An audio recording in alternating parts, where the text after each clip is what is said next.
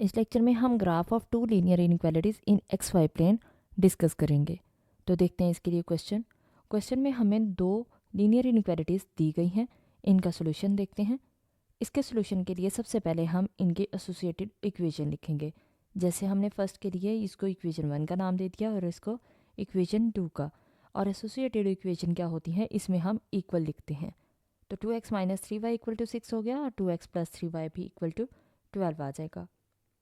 अब हम one by one इनका टेस्ट पॉइंट, इनका एक्स इंटरसेप्ट, वाई इंटरसेप्ट और टेस्ट पॉइंट चेक करेंगे।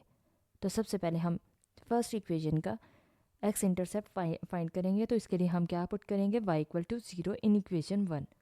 तो इक्वेशन 1 में y की जगह क्या आ जाएगा, 0 आ जाएगा। तो यहाँ पे 0 पुट करेंगे तो ये 3 के साथ मल्टीप्लाई होकर 0 हो जाएगा। 2x माइनस 0 2x ही आएगा। 2 इस साइड पे मल्टीप्लाई हो रहा है, इक्वल की दूसरी साइड पे जाएगा, डिनोमिनेटर में आ जाएगा और x की वैल्यू कितनी आ गई, 3। इसका मतलब पॉइंट क्या मिलेगा हमें, x3 है जब y 0 था। तो ये हमारे पास इसका पॉइंट आ जाएगा x इंटरसेप्ट से। अब y इंटरसेप्ट के लिए जब भी y इंटरसेप्ट फाइंड करना हो तो y एक्सिस पे x 0 होता है, इसलिए x is equal to 0 equation 1 में पुट करेंगे। तो x की जगह क्या आ जाएगा, 0 पुट हो जाएगा, क्योंकि ये हमारे पास इक्वेशन 1 थी। और इसको अब हम सॉल्व करेंगे, 2 को 0 से मल्टीप्लाई करेंगे तो 0 होगा। 0 minus 3y minus 3y, minus 3 इस साइड पे मल्टीप्लाई हो रहा है, दूसरी साइड पे जाएगा तो डिनोमिनेटर में आ जाएगा। और 6 डिवाइडेड बाई माइनस 3 कितना आएगा, -2।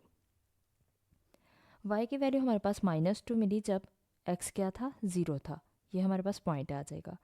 अब हम इक्वेशन 2 में x इंटरसेप्ट फाइंड करेंगे तो y इक्वल टू सेम उसी तरह से 0 पुट करेंगे तो y 0 हो जाएगा। 2x plus 2x is equal to 12 आएगा और 2 दूसरी साइड पे जाके डिवाइड होगा, 12 डिवाइडेड बाई 2 आएगा तो कितना हो गया, 6।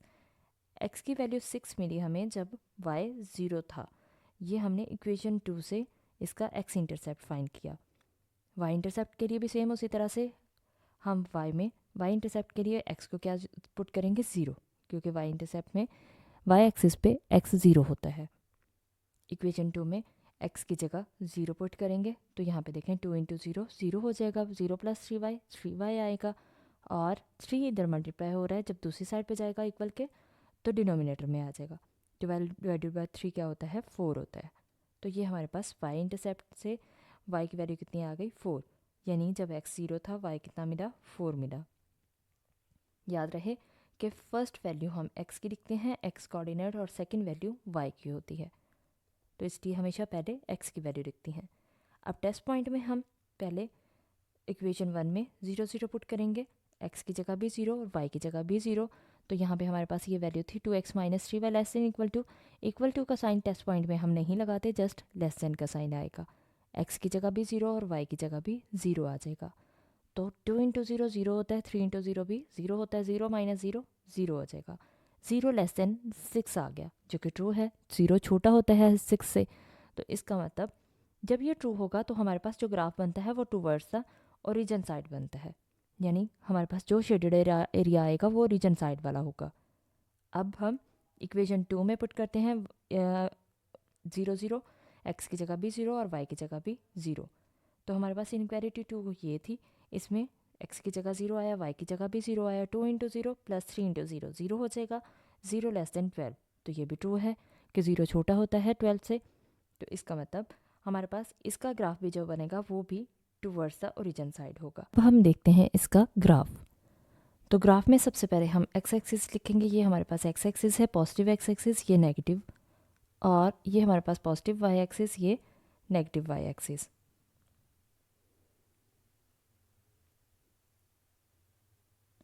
हम इसका ग्राफ बनाएंगे। तो फर्स्ट लाइन में हमारे पास क्या आ रहा है, हमारे पास एक्स इंटरसेप्ट था 6 0 और वाई इंटरसेप्ट के थ्रू हमारे पास पॉइंट आया था 0 4। इसी तरह से नेक्स्ट पॉइंट्स हमारे पास ये 2 पॉइंट्स आए थे, तो इनको हमने ज्वाइन करते हुए ये लाइन ड्रॉ कर ली।